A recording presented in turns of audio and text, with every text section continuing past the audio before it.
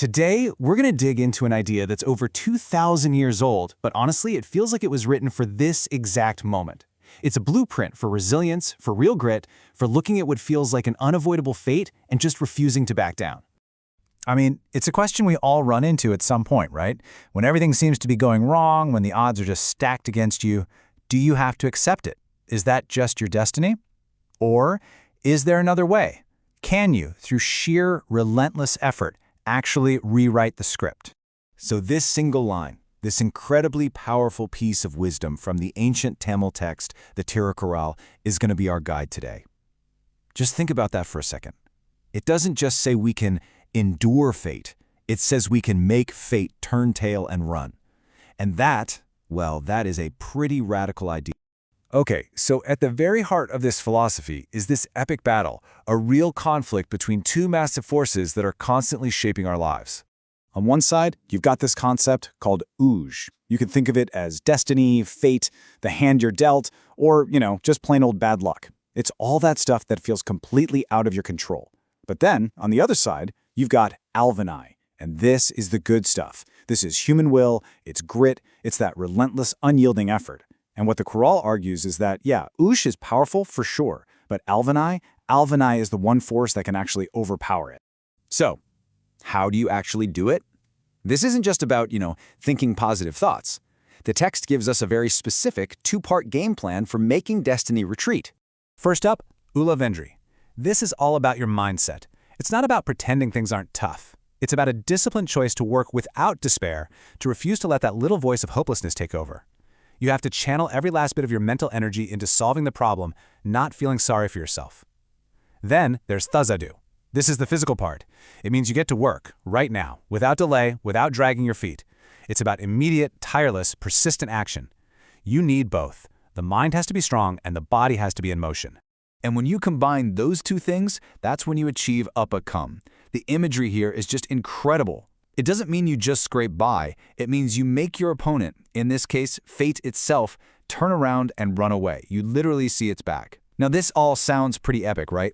So let's look at a modern story that shows this ancient idea in action perfectly. For this, let's head over to Napa Valley and meet Elena Ross. She inherited her family's vineyard, Silver Creek, and let's just say her timing couldn't have been worse. This is Uj, that concept of bad luck, in a nutshell. I mean, first, a historic, catastrophic drought hits. Then, as if that's not enough, a wildfire comes through and completely wipes out her irrigation systems. The experts, the consultants, they all tell her, it's over. Sell the land. Destiny has spoken. Her competitors are either spending a fortune trucking in water, or they're just packing up and leaving. I mean, every single sign pointed to total, inevitable failure. But Elena refused to accept that verdict. Instead of seeing a dead end, she saw a problem that needed to be solved. And in doing so, she basically became the living embodiment of this coral's lesson on effort. And her actions, they map perfectly to that ancient blueprint. Her refusal to sell, that's Ulao Verneri. That's the unflagging mind. She didn't despair. Then came Thajatu, the tireless action. She couldn't bring water to the vines, so she started researching ancient farming methods to teach the vines to survive without it. She worked grueling 16-hour days. And then, during a critical heat wave, she stayed awake for 2 full days just to protect her crop. I mean, if that's not Alvanai in its purest form, I don't know what is.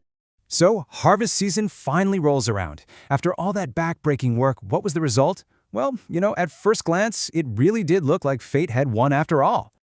Her yield was tiny, just 20% of a normal year. You can just imagine what her neighbors were thinking, that she fought the good fight but lost. It looked like a total crushing defeat. But here's the crazy part. Here's what was happening beneath the surface where no one could see it. The struggle, the stress, the very thing that was supposed to destroy the vineyard was actually forcing the vines to adapt in a way they never had before. They had to push their roots deeper and deeper, searching for any drop of water, and in doing so, they hit this nutrient-rich bedrock that normal irrigated vines never even get close to. And the result of that struggle? It was absolutely astounding. The grapes were small, sure, but their flavor was so intense it was completely off the charts. Her drought-reserve Cabernet didn't just sell, it became a legend. While average bottles from the region were going for about $40, hers sold out almost immediately at $200 a bottle and went on to win national awards. And this is the ultimate twist, isn't it? The drought, the fire, the ooze that was supposed to be her ruin. It became her unique story. It became the very source of her wine's incredible quality. She didn't just beat her fate, she completely transformed it into her greatest strength. Okay, so let's bring this all back home and connect Elena's incredible story directly back to that 2,000-year-old blueprint we started with. Just look at how perfectly this all maps out. The ooge, or fate, was the drought and the fire. Her ulai vinri, her mental grit, was that steadfast refusal to sell. Her thazado, her physical action, was all those endless hours of labor. And the outcome? Upakam. She literally saw the back of fate by turning an absolute catastrophe into a game-changing competitive advantage. So here's the big takeaway, the crucial point of all this. The wisdom in the Chorale isn't just about gritting your teeth and surviving.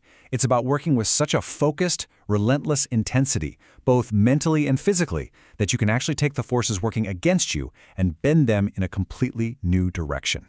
And that really just leaves us with one final question to think about. Whether it's in your career, your personal goals, or some challenge you're staring down right now, what seemingly fixed destiny in your life is just waiting for your relentless effort to make it turn around and retreat?